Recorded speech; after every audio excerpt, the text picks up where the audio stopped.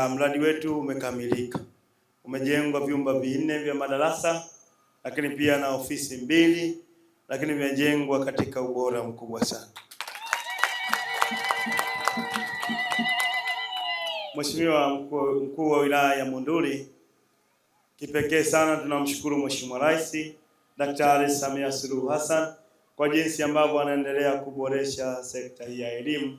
Anatoa fedha nyingi kupeleka katika ujenzi wa vyumba vya madarasa, lakini hii ni kwa sababu yanataka Watanzania hawa wanafunzi wasome katika mazingira mazuri, pamoja na kwamba wanasoma bure. Kwa kuna fedha nyingi ambazo analeta kwa ajili ya vitabu, kwa ajili ya miundombinu kama hii ambayo tumeona hapa, lakini kwa vitu vingi ili watoto wetu wasome katika mazingira mazuri. Dr. Samia oye! Dr. Samia safi!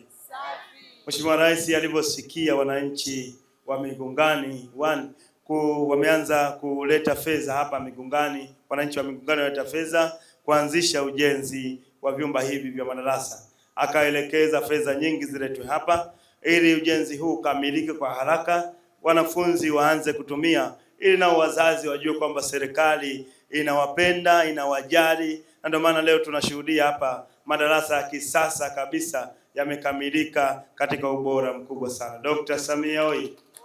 Dr. Samia safi! Lakini tunampongeza mhandisi aliyesimamia hapa.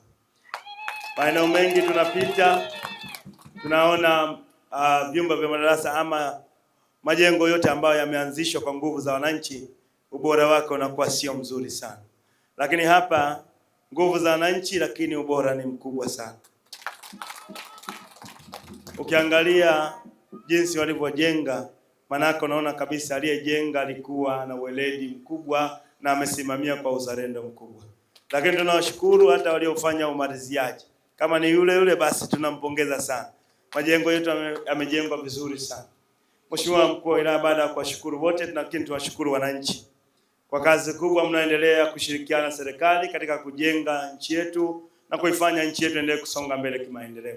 Tunaomba muendelee kushirikiana na serikali pale ambapo mnahitaji kugusa mkono kuungana na serikali, endeleeni kushirikiana na serikali, na hii ni ishara kwamba mnaunga falsafa ya Mwenge wa Uhuru. Wakati Baba wa Taifa na sisi Mwenge wa Uhuru alitusisitiza sana wananchi kuendelea kushiriki katika shughuli za kimaendeleo. Na niwaombe wananchi tuendelee kushiriki katika shughuli za kimaendeleo ili nchi yetu endelee kusonga mbele kimaendeleo. Mheshimiwa Mkuu wa Wilaya ya Monduli, niseme tu kwamba Mwenge wa Uhuru umefurahishwa sana na ujenzi wa vyumba hivi viwili vya vyumba 4 vya madarasa, na uko tayari kuzindua ili wanafunzi waendelee kutumia. Sasa tunaomba sasa uweze kutufungulia madarasa yetu na ofisi ili yaweze kutumika.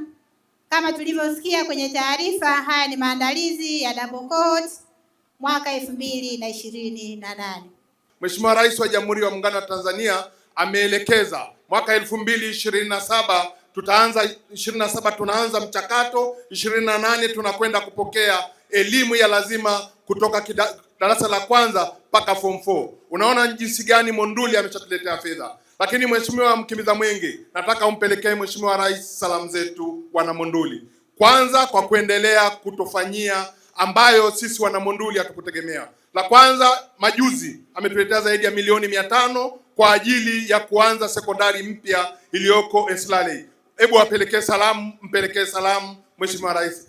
Halmashauri kwa mwaka 2026-2027 imetenga kiasi cha shilingi milioni 389,971,000 kutoka mapato ya ndani kwa ajili ya ujenzi wa vyumba 5 vya madarasa, matundu 78 na ukamilishaji wa bweni 1 na bwalo la chakula. Shule ya sekondari Migungani 1 ilianzishwa mwaka 2025 ikiwa ni shule ya bweni kwa wasichana. Kwa sasa shule ina jumla ya wanafunzi 215 ambapo kidato cha kwanza ni 123 na kidato cha pili ni 92. Shule ina walimu 17, kati yao wanawake ni 5, wanaume 12. Kutokana na maandalizi ya mapokezi ya kidato cha kwanza 2028, shule hii imetekeleza mradi wa umaliziaji wa vyumba 4 vya madarasa ili kuongeza uwezo wa kupokea wanafunzi mwaka 2028. Tunatoa shukrani zetu za dhati kwa Mheshimiwa Daktari Samia Suluhu Hassan, Rais wa Jamhuri ya Muungano wa Tanzania, kwa kuendelea kuwekeza katika sekta ya elimu na kuboresha mazingira ya kufundishia na kujifunzia nchini.